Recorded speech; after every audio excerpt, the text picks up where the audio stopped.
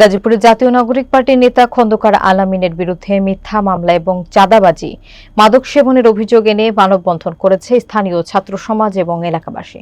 গতকাল শুক্রবার বিকেলে সদর উপজেলার হোতাপাড়ায় ঢাকা ময়মনসিংহ মহাসড়কের পাশে এ কর্মসূচি অনুষ্ঠিত হয়। আরিফ হোসেনের তথ্যচিত্রে থাকছে বিস্তারিত। আলামিন বেগমপুর গ্রামের মৃত ইন্নুস আলীর ছেলে। বক্তারা অভিযোগ করেন ৫ মে এনসিপি মুখ্য সংগঠক হাসনাত আব্দুল্লাহর উপর হামলার ঘটনায় আলামিন বাসন থানায় একটি হত্যা চেষ্টা মামলা দায়ের করেছেন। এতে প্রায় ১০০ জনের নাম উল্লেখ করা হয়, যার মধ্যে অনেক নিরীহ ব্যক্তি রয়েছেন। বক্তাদের দাবি, মামলায় জড়িয়ে সাধারণ মানুষকে হয়রানি এবং চাঁদা দাবি করা হচ্ছে।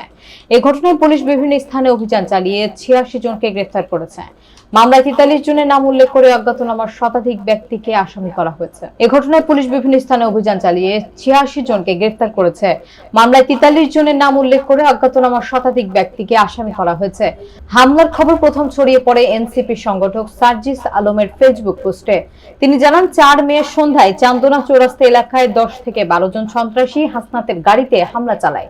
মানববন্ধনে স্থানীয় নেতৃবৃন্দ এবং শিক্ষার্থীরা ভুয়া মামলা প্রত্যাহার ও আলামিনের বিরুদ্ধে ব্যবস্থা নেওয়ার দাবি জানান। কয়েকদিন আগে হাসনাত আব্দুল্লাহর উপর যে হামলা হয়েছে, সে হামলায় আমাকে মামলায় আসামি করা হয়েছে এবং এর পরবর্তীতে আমাকে উক্ত মামলায় থেকে খালাস করবে মর্মে আমার কাছে মোটা অঙ্কের টাকা দাবি করেছে। আরো খোঁজ খবর নিয়ে দেখা যায়, কয়েকদিন আগে একই দিনে প্রায় ১৬ জন লোক দাবি করে। এইসব যখন সে না পায়, তখন তার সাথে একটা ব্যক্তিগত একটা আক্রোশ সৃষ্টি হয়। এই আক্রোশের দরুন সে এই হাসনাত ভাইয়ের মামলার মধ্যে তাদের নামগুলো অন্তর্ভুক্ত করে। আমি ইতিমধ্যে এটা মনে করি